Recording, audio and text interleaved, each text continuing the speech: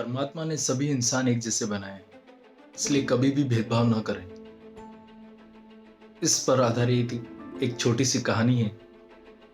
तो दोस्तों, आज मैं आपको एक कहानी सुनाने जा रहा हूँ जो कि महात्मा गांधी जी के बारे में। आप सब तो ये जानते ही हैं कि महात्मा गांधी जी रंगभेद, जाति, धर्म, ऊंच नीच के विरोधी थे। उन्होंने इसका बहुत विरोध किया, परंतु ये सोच उनमें कैसे आई, तो आइए जानते हैं। दोस्तों, महात्मा गांधी के बचपन का एक किस्सा है।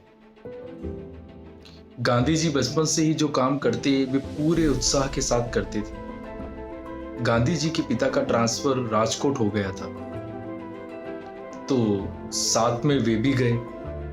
उनके पिता बहुत प्रतिष्ठित व्यक्ति थे। एक बार किसी समारोह में मिठाई बांटी जा रही थी। लोगों ने बालक गांधी जी से कहा, आप भी ये मिठाई बांटिए।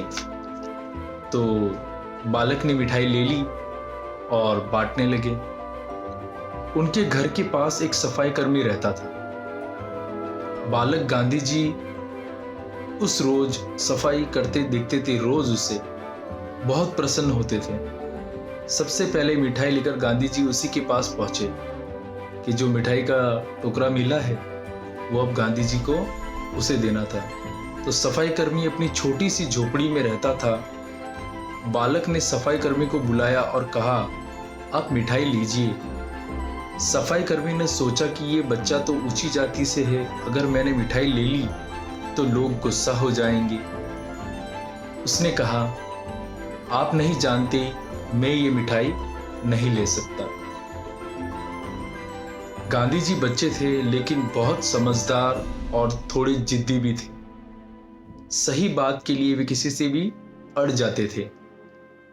उन्होंने पूछा, आप मिठाई क्यों नहीं ले सकते, मैं जानना चाहता हूं। तो सफाई कर्मी बोला कि मामला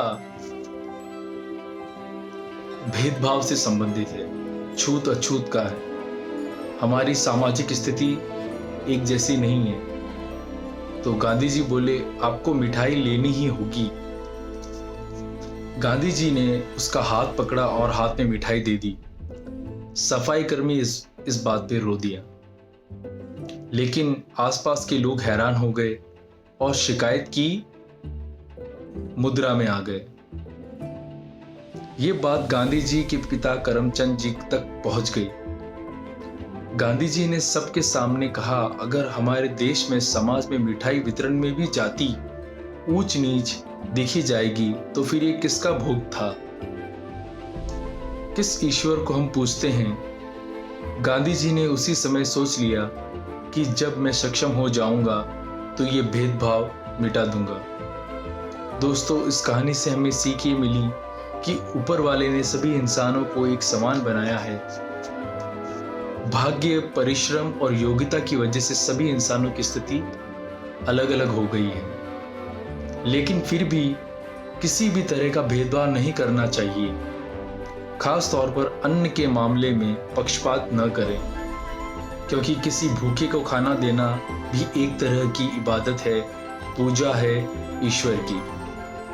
धन्यवाद दोस्तों वीडियो देखने के लिए, और मेरे वीडियो को लाइक करें, शेयर करें और सब्सक्राइब करें।